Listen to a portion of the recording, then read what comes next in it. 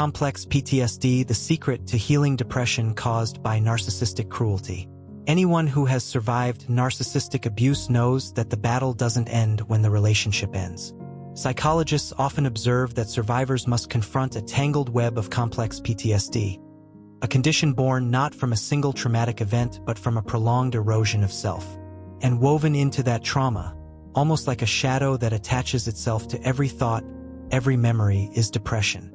Not the ordinary kind that follows disappointment, but a depression shaped by psychological imprisonment.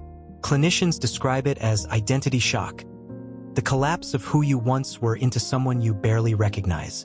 And this collapse makes healing exponentially harder. Most survivors can recall an emotional dividing line that splits their lives in two: before the narcissist and after. Before is often described as a world full of color, where they woke up with excitement, pursued hobbies with passion, laughed easily, and engaged with life in a way that felt effortless. Psychologists would say their nervous system operated within a stable window of tolerance, where joy and engagement were natural states. But narcissistic abuse functions like a psychological vacuum. Over time, slowly, strategically, it sucks the vitality out of a person. That once vibrant self becomes muted, flattened, almost ghost-like. Survivors often say they feel like an empty shell, and clinicians validate this. Chronic emotional domination disrupts the brain's motivational circuits and drains dopamine, making even daily tasks feel overwhelming. Even the survivor's effect changes. Their voice softens or becomes monotone. The sparkle in their eyes disappears. Movements slow. They speak as though they're disconnected from their own emotions, and in a very real neurological sense, they are. Psychologists call this dissociation of affect, a defense mechanism the brain deploys when constant emotional threat becomes unmanageable. In other words, your psyche numbs itself to survive. And this is precisely why we need to understand what's happening on a psychological level. When survivors don't have that understanding, confusion becomes its own form of torment.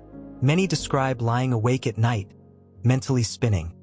Why am I like this? I was never this way before. What's wrong with me? Why can't I snap out of it? Psychologists warn that this internal interrogation deepens shame and reinforces depression. It adds another layer of suffering on top of the already painful symptoms of CPTSD, almost like emotional baggage strapped to your back during an already grueling climb. This lack of emotional literacy, this inability to understand what the nervous system is doing and why, extends suffering. That's why therapists emphasize psychoeducation as a core part of recovery. When survivors learn why their brain and body changed, they stop interpreting their symptoms as personal failures. The mystery dissolves, and with it, some of the shame. And when shame loosens, healing becomes possible. No, depression after narcissistic abuse is not permanent. Psychologists are unified on this point. The brain can heal. Emotional systems can reawaken. The survivor's passion for life can return.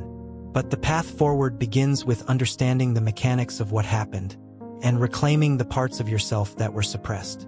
To understand why depression is so common after narcissistic abuse, we must examine the unique psychological dynamics involved. Yes, any toxic relationship can cause stress, anxiety, and depressive symptoms. But narcissistic abuse goes deeper. It is not simply emotional mistreatment. It is an attack on identity. Psychologists differentiate this from typical emotional abuse for one critical reason. The victim is not merely hurt, they are forbidden to be themselves. Imagine the survivor before the relationship. Outgoing, passionate, curious, full of life and expression. To a malignant narcissist, those qualities are intolerable. Psychologists explain that narcissists experience other people's joy as a threat because it highlights what they cannot feel themselves. Your vibrancy becomes a mirror reflecting their emptiness. Your passion exposes their inner deadness. And instead of working on themselves, narcissists do what clinicians describe as identity sabotage. They extinguish the very qualities in you that make you uniquely alive. Your enthusiasm, your emotional sparkle, your creativity, these become psychological targets. Not because you did anything wrong, but because your authenticity exposes the narcissist's lack of one. To an outsider, The idea that someone would not allow you to be yourself sounds absurd. But survivors know that narcissistic abuse does not steal your identity in one blow. It erodes it through thousands of subtle, invisible psychological cuts. A raised eyebrow here, a mocking comment there, a withdrawal of affection when you show happiness, a punishment when you express excitement. Psychologists call this coercive emotional conditioning. Over time, the victim learns that their authentic self triggers danger. So they dim, they soften, they shrink. Not because they choose to, but because their nervous system adapts to survive. And that shrinking, this suffocation of self, is what births the depression. When a person is forced to abandon their joy, their autonomy, their emotional expression, their sense of play, their natural rhythms, then of course the psyche collapses inward. Depression becomes the body's way of grieving the parts of you that were silenced. But here is the truth every survivor must hear. Those parts are not gone. They are dormant. And with the right tools, therapeutic guidance, emotional literacy, a safe environment, they can return. Therapists consistently remind survivors that the road back to themselves is possible, even when it feels unimaginable. With understanding, with compassion for their trauma, with strategies to regulate the nervous system, and with time, survivors can rediscover the excitement they once felt waking up in the morning. The spark of life is not extinguished. It is waiting. This question, how could someone resent your happiness, sounds absurd to anyone who hasn't lived through narcissistic abuse. But survivors understand it instantly, almost instinctively, because they have lived inside a psychological world where joy becomes a threat. Psychologists frequently note that malignant narcissists respond to another person's excitement with discomfort, even rage, because emotional vibrancy exposes their own inner deadness. So every time you felt joy, the narcissist felt pain. And when they felt pain, they punished you.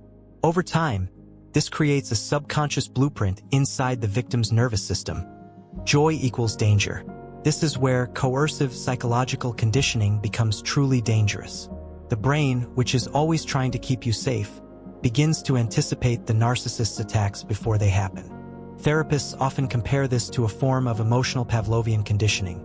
Your joy triggers their rage, and their rage becomes your fear, so eventually your nervous system shuts down the source of danger, your own happiness. And because the narcissist rewards your emotional shrinking by temporarily softening or offering tiny crumbs of affection, the cycle becomes complete. The brain learns the darkest lesson of all. It is safer not to feel alive. And none of this happens consciously. Survivors don't sit down and decide, I will stop being happy because it upsets them.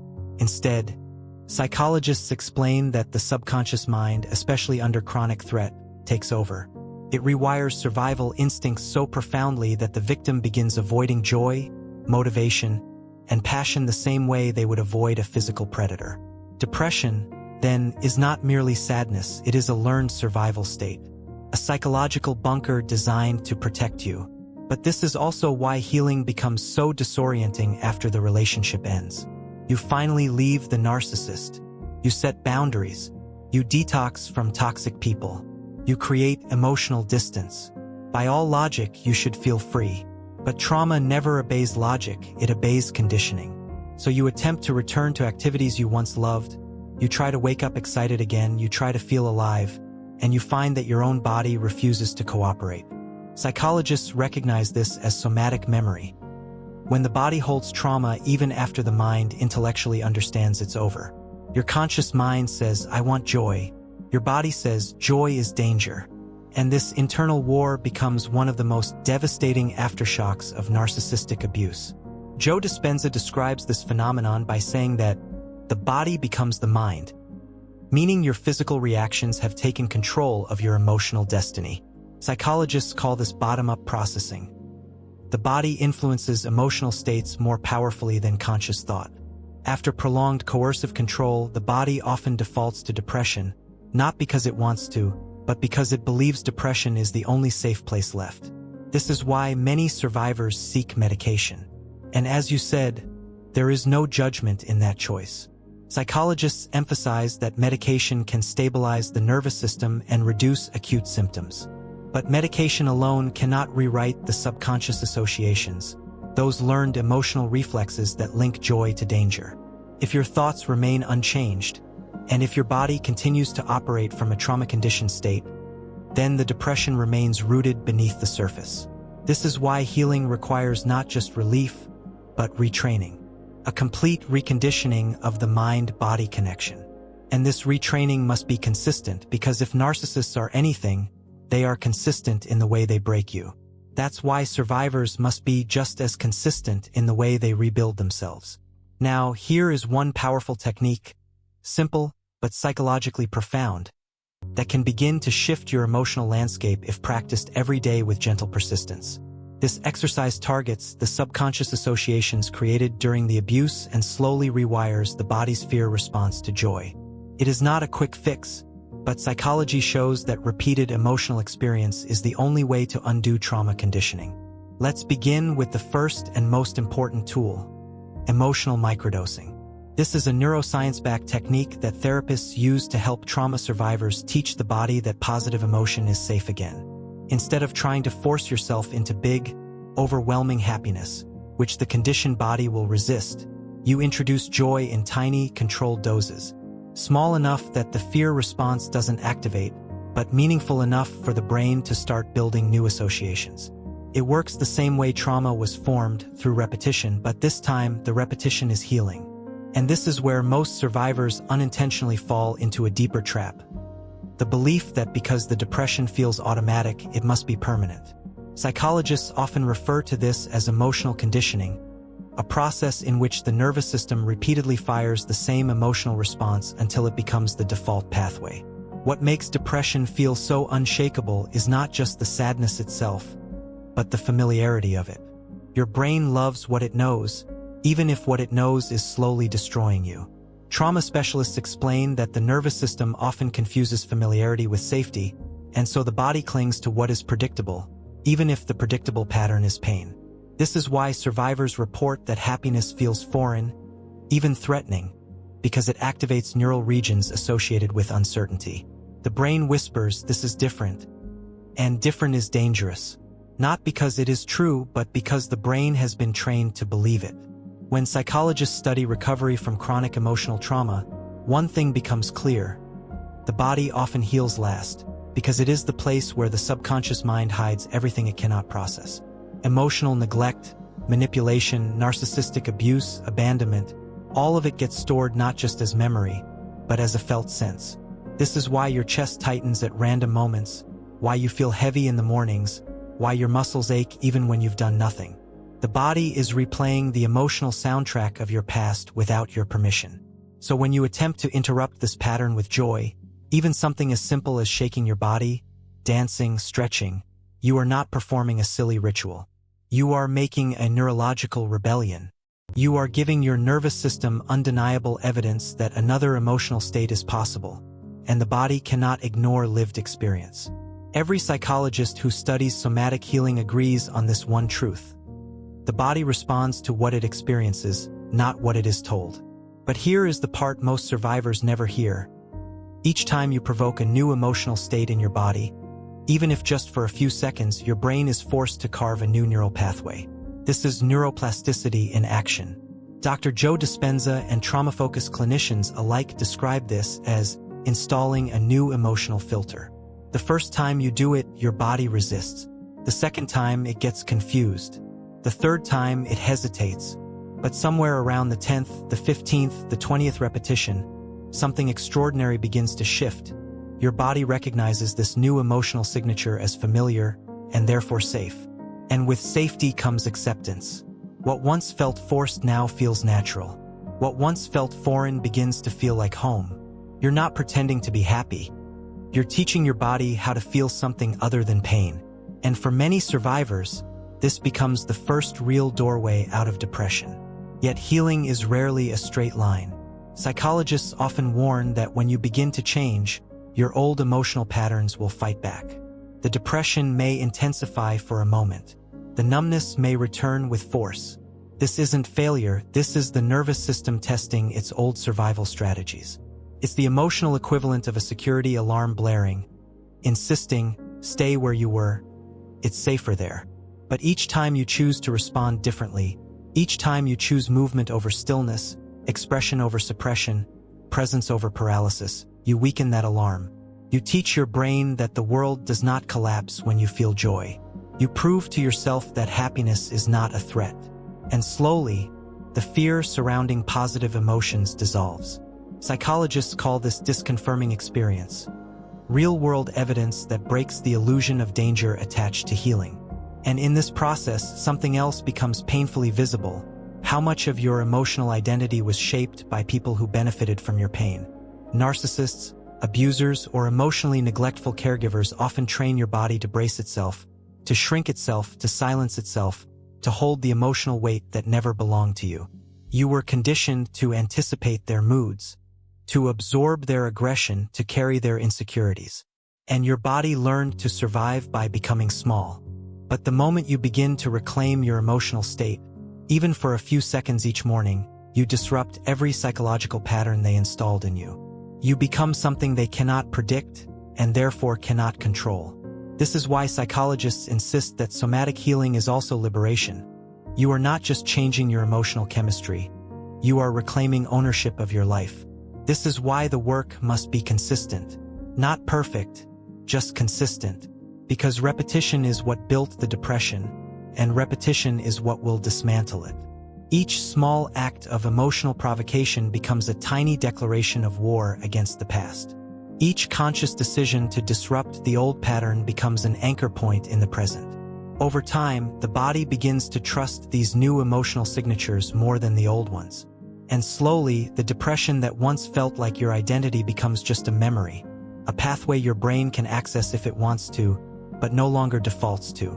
That is the power of intentional emotional training. That is the power of loving yourself enough to rewire your own inner world. And if you find yourself struggling, if you feel stuck between the person you were forced to become and the person you're trying to rediscover, remember this: healing was never meant to be done alone. Every psychologist, coach, and trauma specialist repeats this truth because it matters. Healing accelerates when you are witnessed, guided, supported. Even the strongest survivors reach a point where free content, tips, and self-help tools are no longer enough. When you feel that internal wall, when your progress becomes inconsistent, when your nervous system clings to the old identity despite your best efforts, that is often the exact moment when structured guidance becomes transformative. Whether through direct coaching, group workshops, or deeper somatic programs, the right support can help you unlock emotional patterns that are too deeply wired to dismantle by yourself. But above all, never forget this: the real you is not gone. You are not broken, you are conditioned. And what was conditioned can be reconditioned. Your body learned to hold darkness because someone trained it to. Now you must train it to hold light. And you can. You are capable of rewiring your emotional world from the inside out.